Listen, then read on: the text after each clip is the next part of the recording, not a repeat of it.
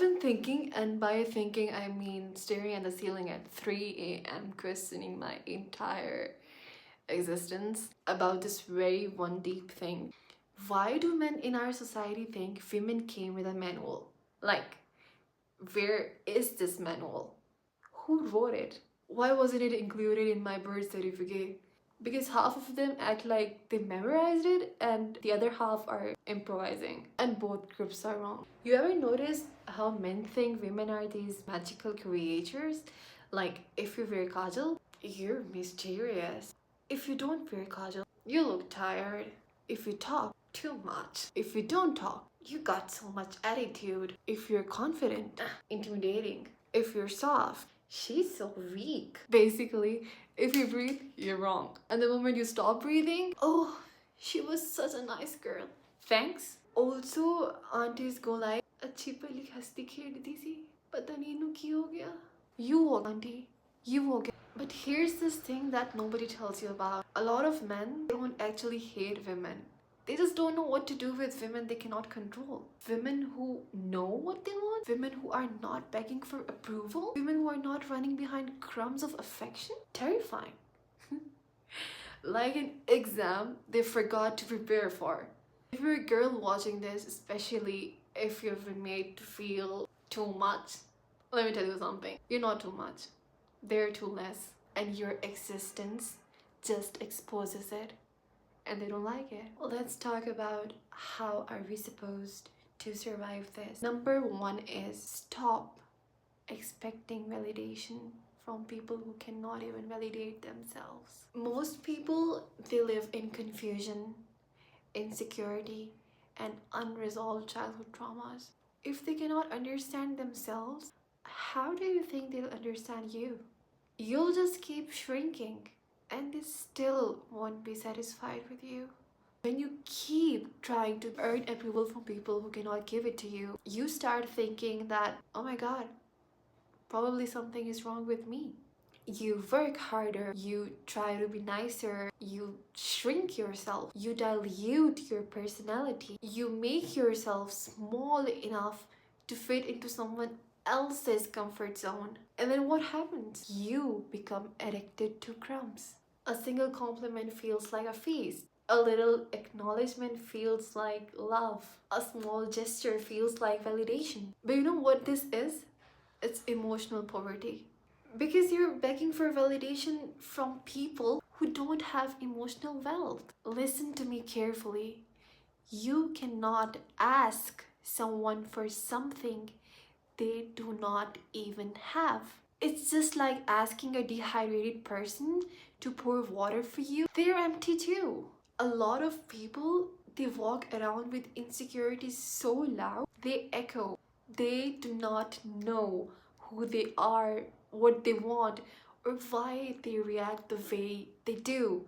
And you sit there wondering why they cannot appreciate you. You need to understand half of the world is struggling to even like themselves. How can they genuinely admire you when they don't even admire themselves? When you chase validation from someone who doesn't even understand their own worth, you are basically sitting at a table that is empty and you're expecting a full meal. You'll just keep waiting and waiting and end up thinking something is wrong with you.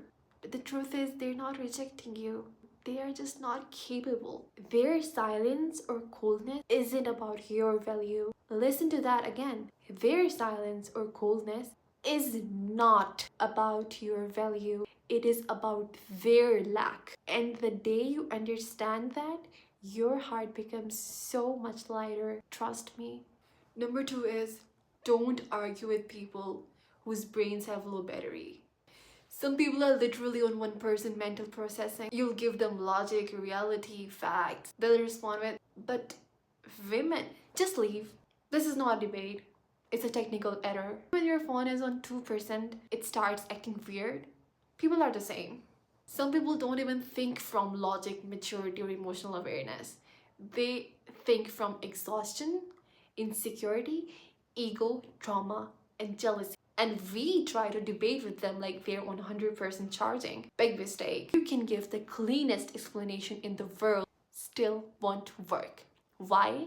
Because they don't listen to understand. They listen to react. Because some minds are not ready. Some minds are tired. Some minds are angry at the world and taking it out on you. So save your peace. Not every point needs proving. Not every misunderstanding needs fixing. Sometimes the smartest thing you can do is just say, okay, and walk away with your mental health intact. Number 3 is protect your peace like it's your Wi-Fi password. Not everyone deserves access. Not everyone needs to be responded to. Not everyone needs to be allowed inside your emotional space. You know how picky we are with our Wi-Fi passwords? We don't give it to random strangers. We don't let people drain the connection. We change the password if someone is using too much bandwidth. But with our peace, we give it to everybody. Co-workers, random people on internet, friends who drain us, strangers who comment nonsense. Your peace is the foundation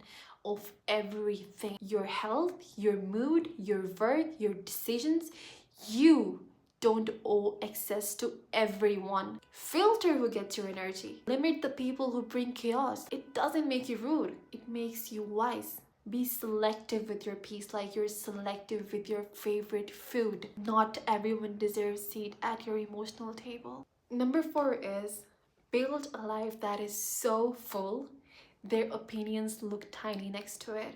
Focus on your work, your hobbies, your art, your goals, your people. When your life is rich, someone's comment becomes background noise. When your life is empty, every comment feels heavy. But when your life is full, every comment feels tiny. Start building a life that excites you, routines that help you grow, hobbies that light you up, goals that challenge you, friendships that support you. Do things that make you proud of yourself. When you have purpose, noise becomes background. You won't have time to sit and wonder, what do you think about me? When your life is fulfilling, their opinions shrink automatically. Your glow becomes louder than their judgment. Your confidence becomes stronger than their criticism. Your peace becomes bigger than their noise. And most importantly, number 5, practice acceptance of yourself. You are not here to meet anyone's expectations. You are not here to shrink for fragile egos. You are here to live loudly, peacefully, in your own rhythm. You finally stop chasing approvals, you realize half the world has no idea what they're talking about anyway, and the rest doesn't matter. This is the hardest one, but the most important. Self-acceptance doesn't mean thinking you're perfect. It means understanding. I'm learning, I'm growing, and I'm still enough.